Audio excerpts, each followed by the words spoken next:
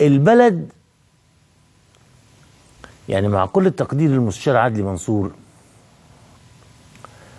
البلد ما فيهاش قيادة واحدة. تحس ان فيها اكتر من كده، تحس ان فيها آراء هنا بتخبط هنا. يعني مثلا هديكم مثال على اللي حصل مع السواقين اللي طلعوا من ليبيا.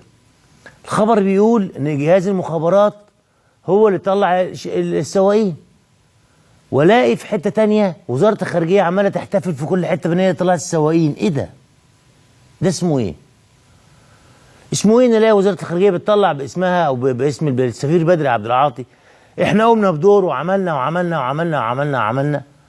الله، ده المخابرات اعلنت رسمي ان هي مسؤولة عن خروجهم، وده شغل المخابرات مش شغل سفارة خارجية. ده شغل قبائل موجودة في مرسى مطروح، موجودة على الحدود عند السلوم، وقبائل موجودة في المنطقة الغربية في ليبيا. الغربية بالنسبة لليبيا بالنسبة لنا احنا، الشرقية بالنسبة لليبيا، الغربية بالنسبة لنا احنا. في المنطقة الشرقية في ليبيا قبائل موجودة، اتكلمت القبائل مع بعضها عن طريق المخابرات، خلصت الموضوع.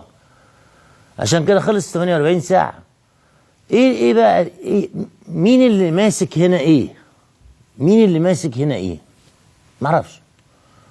معرفش ازاي الداخلية الخارجية تقول كده والمخابرات تقول كده، وانا متأكد ان المخابرات هي او الوضع العام يؤكد ان المخابرات هي المسؤولة. انما وحاجات كتير بالشكل ده بقى، يعني حاجات كتير بالشكل ده بتحصل في البلد، انك ما تفهمش مين اللي ماسك البلد بالظبط، مين اللي بيدور العملية، مين اللي بيدور المكنة. المكنة البلد دي مكنة، مين اللي بيدور المكنة دي؟ مش مفهوم، وده لازم يتفهم،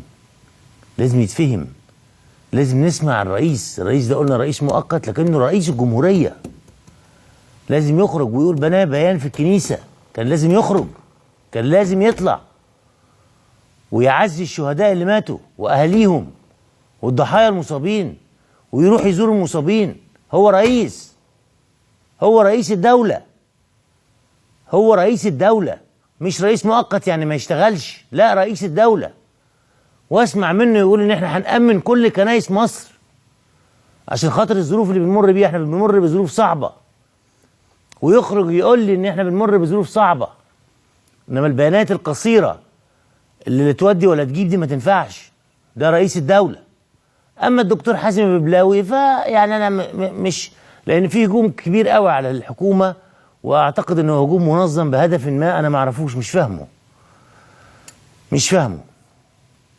بس انا بتكلم عن الرئيس وبتكلم عن مستشارين الرئيس يخرجوا يتكلموا ايه في ايه في البلد. يعني عايزين نصحصح كده شويه مع بعض.